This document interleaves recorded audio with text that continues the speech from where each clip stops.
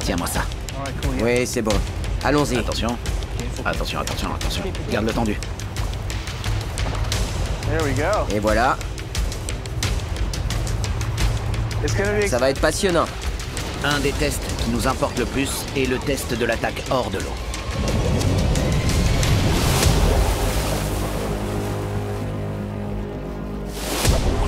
On parle d'attaque en embuscade. C'est là où il concentre vitesse, force et précision. Cela nous permettra de voir la couleur du grand requin blanc dans sa phase de chasse ultime.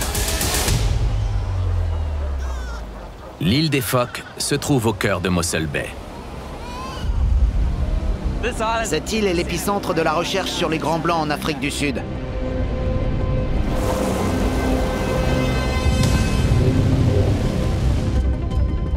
Chaque jour, des centaines de phoques risquent leur vie en nageant au cœur de bancs de requins blancs.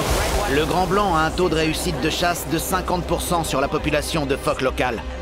C'est énorme, toutes classes de prédateurs confondues. Ces requins ont des zones de chasse et de patrouille très spécifiques qui correspondent aux points d'entrée et de sortie des phoques sur l'île. Ryan et Gibbs utilisent un leurre pour inciter les requins à attaquer.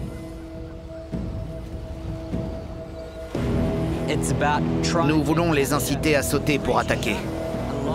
Comme ça, nous pourrons définir leur couleur avec la planche.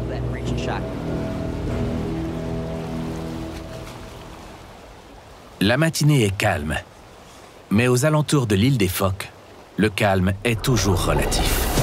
Il y a une attaque. C'est une attaque naturelle.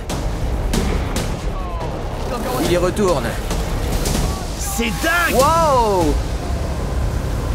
J'aimerais pas être à sa place. Il se cache derrière le bateau. Cette première attaque a échoué, mais le phoque est en état de choc. Et il utilise le bateau de nos scientifiques pour se cacher. Le phoque amène le requin droit sur le leurre. Waouh! C'est dingue!